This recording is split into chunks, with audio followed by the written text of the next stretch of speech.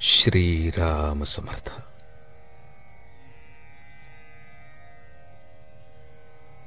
ज्याच्या घरात समाधान तिथे मी आहे.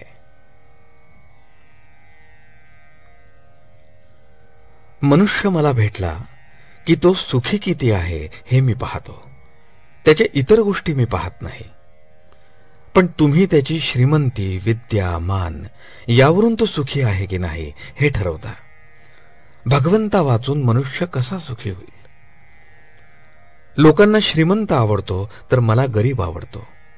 लोकांना विद्वान आवडतो तर मला अडाणी आवडतो. असे माझे सगळे जगाच्या उलट आहे. पण म्हणूनच जगाच्या उलट माझ्याजवळ समाधान आहे. समाधान कशात आणि कुठे आहे याचा मी शोध लावला. मी समाधान रूप आहे. ज्याच्या घरात समाधान आहे तिथे मी आहे.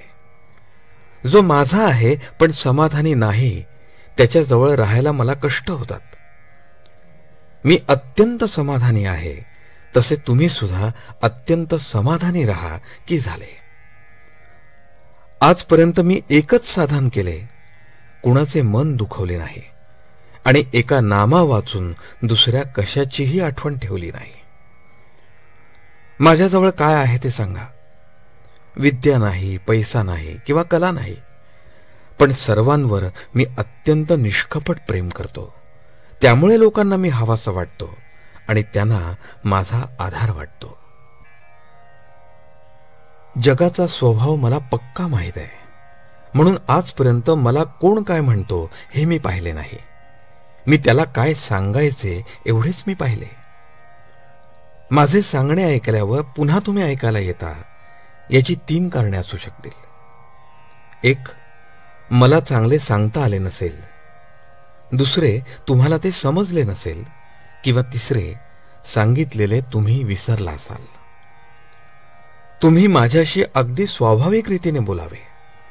आपण आपल्या घरातल्या माणसांशी जसे बोलतो तसे अगदी आपलेपणाने माझ्याशी बोलावे. पण माझ्याशी कुणी कसाही आणि काहीही बोलला तरी मला जे सांगायचे तेच मी त्याला सांगत असतो.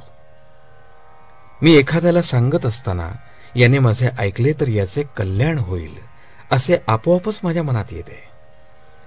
माझे जो ऐकेल त्याचे खास कल्याण होईल याची मला खात्री असते. पण कल्याण म्हणजे प्रपंचातली सुधारणा नसून आहे त्या परिस्थितीमध्ये समाधानाने राहणे हे होय. माझ्या माणसाच्या प्रपंचाला मी मदत करणार नाही असे नाही, पण त्याचा प्रपंच त्याच्या परमार्थाचा प्राण घेईल इतकी मदत मी करणार नाही. अशी केली नाही तर तो रडेल. त्याची माझ्यावरची श्रद्धा थोडी कमी होईल, पण तो जगेल हे मात्र निश्चित होय. आणि जगल्यावर तो आज ना उद्या नाम घेईल. रोगी मेल्यानंतर त्याला औषध देऊन काय उपयोग आहे? मी एकदा बीज पेरून ठेवतो. आज ना उद्या त्याचे झाड झाल्याशिवाय राहणार नाही.